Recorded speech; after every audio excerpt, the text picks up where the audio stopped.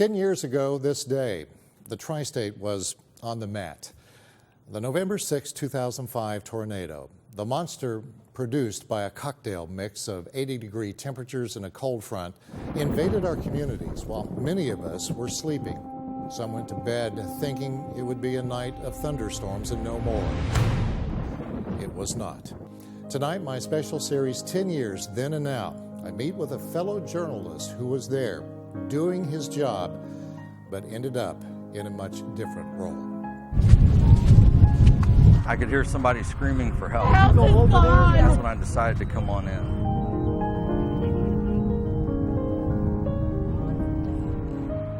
By the nature of his job, John Simpson had seen it all, but where he found himself on that morning, he had never seen. I had no idea.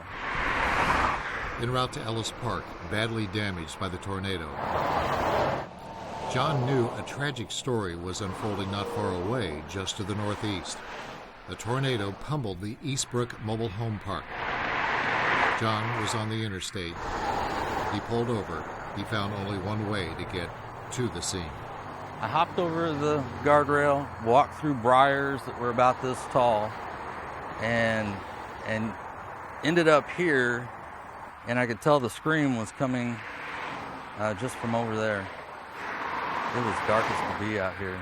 You could kind of make out the homes that were right against the highway, but you couldn't see any damage.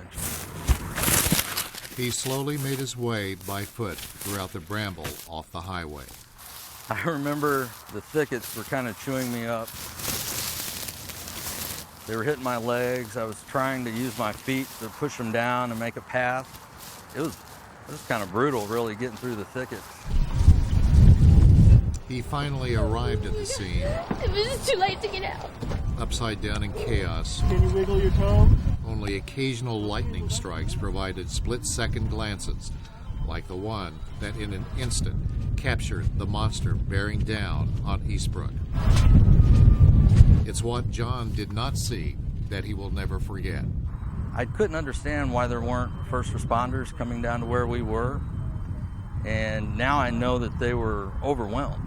But that night, pitch black, you made your way here. You didn't really see anything. John and I returned to Eastbrook just last month. Families still live here, but there is ample evidence many people never came back after the morning of November 6th. We're trained to observe and not get involved, just shoot the action. And when I got down there, it was just amazing that nobody had really helped yet, and they really could. This seemed to be the turning point right here, John.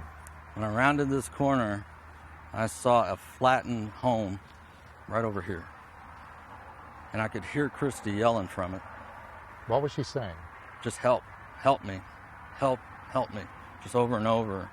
Nobody could really get in there. I don't know her. She's a neighbor to my house. So you're going to stay here with her?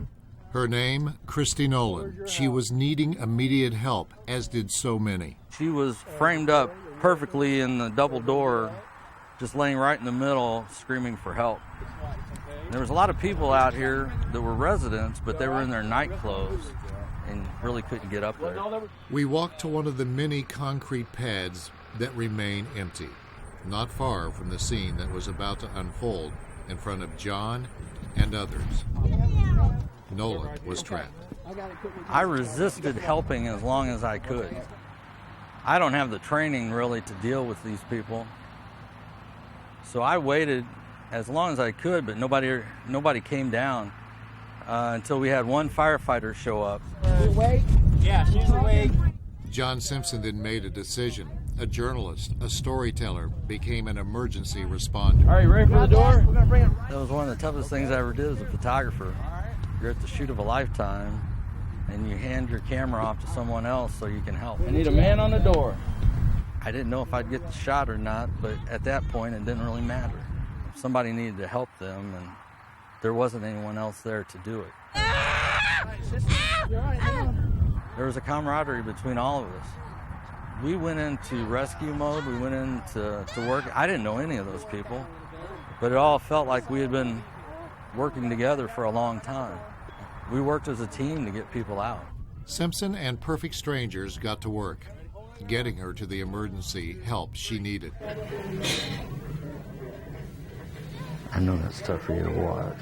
5 years later, they were reunited, but the victim had old wounds in body and soul that needed closure. I just thought, I can't have my family see me this way if I go. When they came face to face. And I had to hand the camera over. That was tough. Mm-hmm. But there just wasn't anybody out there Yeah. to help at that time. It was tense because I knew she wasn't very happy with me at that time. We learned that she had never actually seen the video.